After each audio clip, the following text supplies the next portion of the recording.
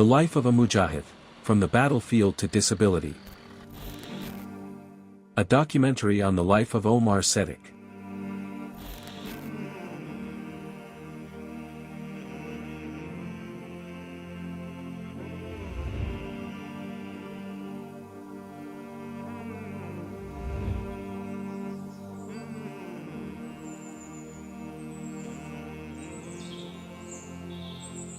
For some people, every morning is not simply the beginning of a new day, it is the continuation of memories that time can never erase. In this home lives a man who left the greatest part of his life on the battlefield while fighting against the American invading forces. He has no eyes to see the faces of his children and no hands to hold them in his embrace. Yet his heart remains filled with faith, conviction, and hope. This is the story of Omar Sadiq. It is the story of a man who sacrificed the most precious parts of his body for the beliefs, faith, and sacred cause that he considered his duty to defend. Today, we have come to his home.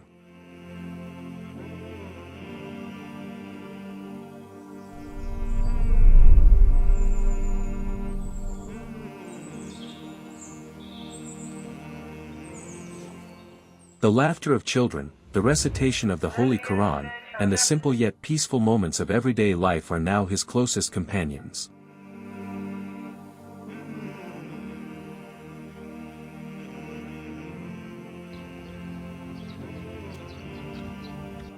In our conversation with him, he opens the pages of his life. From his childhood and the years before the war, to his memories from the front lines, and finally to the day when a landmine explosion changed his life forever.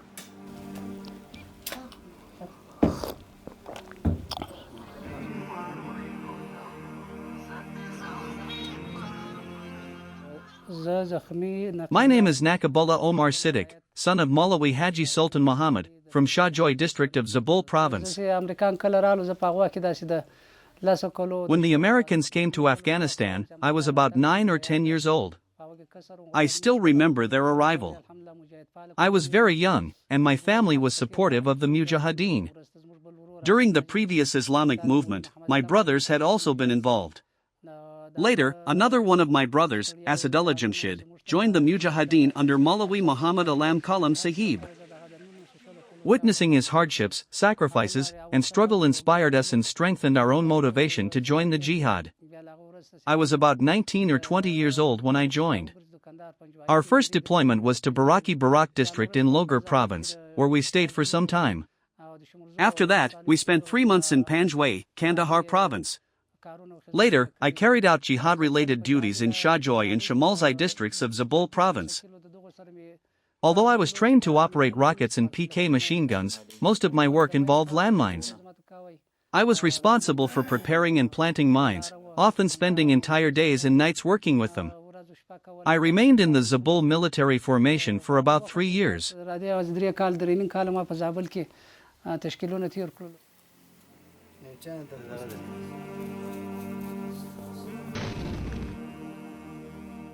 A powerful landmine explosion took away both of his eyes and both of his hands.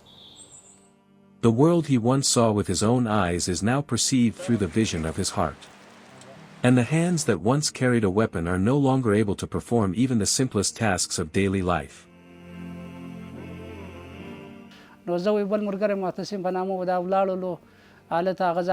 I was with another companion named Mutazim. We went to inspect the target area and remained there until evening. The location was close to an enemy outpost about hundreds of meters. Around 10 o'clock that night, other companions brought the mines. 2 of us stayed behind to wait. It was almost 10 o'clock that night, and it was during the months of Shaban and Barayat. Our companions brought the mines and we landed. 2 new companions were with me. They had only recently learned how to plant mines and were not yet very experienced. Other companions, including Maulawi Sajid and Shahid Haroon, were also there, placing their own mines. And we doing our own.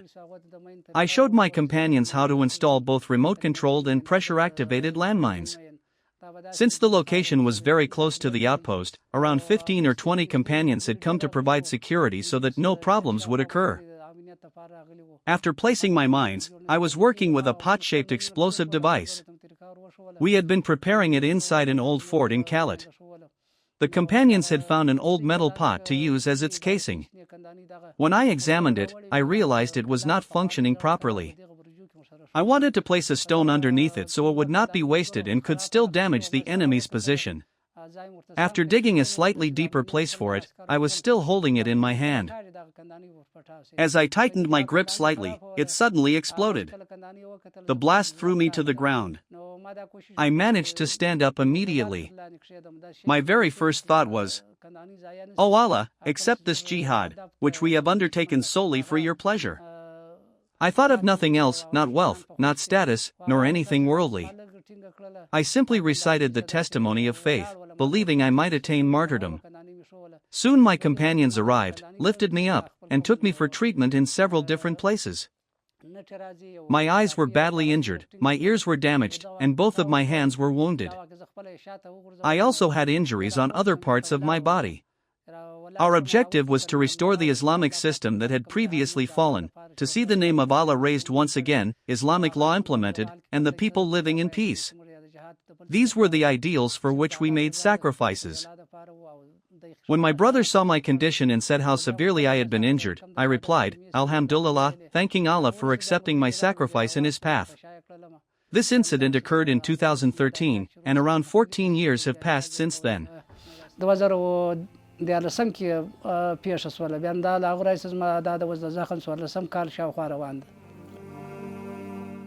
Yet there is no sense of defeat in his words. He considers his sacrifice insignificant in comparison to what he believes was achieved through the liberation of Afghanistan from the American forces and the establishment of an Islamic system in the country. While I was recovering, I wanted to volunteer for a Fidai mission, but my companions and the elders told me not to and asked me to serve in preparing landmines. They said, "Your two brothers have already been martyred.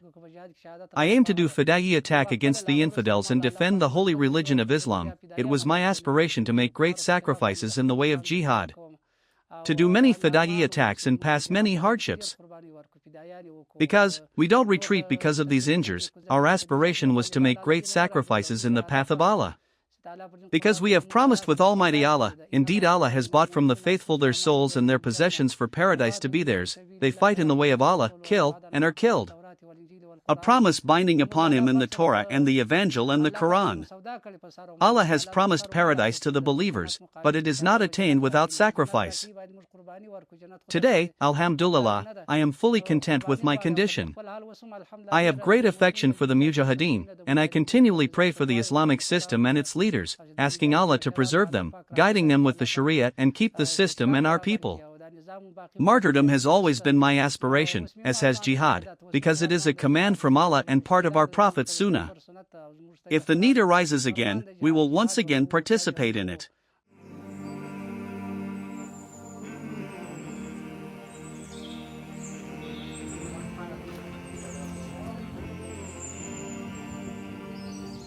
Today, most of his daily needs are carried out with the help of his nephew, Khalid. Despite his disability, he strives to live a life founded on hope, worship, and patience. Bismillahirrahmanirrahim. Allahumma salli ala Muhammad wa ala ali Muhammad kama sallaita ala Ibrahim wa ala ali Ibrahim. I operate my own MP3 player and use my mobile phone by myself. Little by little, I stay engaged in beneficial activities. In this way, I have memorized the Holy Quran and continue moving forward on this path through Allah's help and support.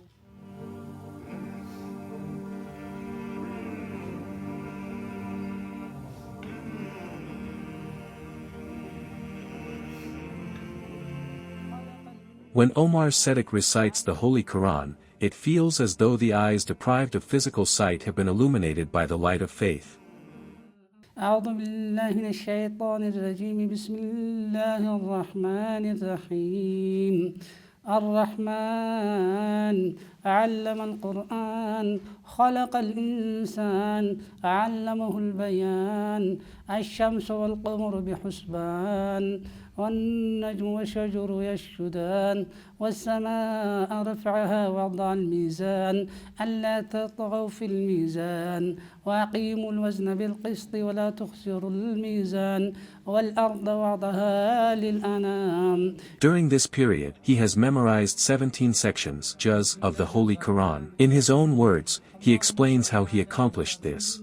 May Allah grant us steadfastness and determination. I am very satisfied with my current life. At present, I am memorizing the Holy Quran, and I have already memorized 17 juz sections. Beside that, I am trying to study the Holy Quran translation. Besides that, I regularly visit the families of my relatives, the Mujahideen, and the families of those who were martyred.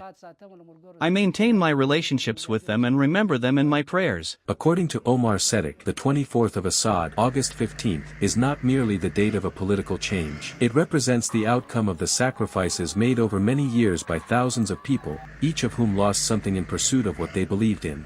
Some lost their fathers. Some lost their sons. Some lost their homes.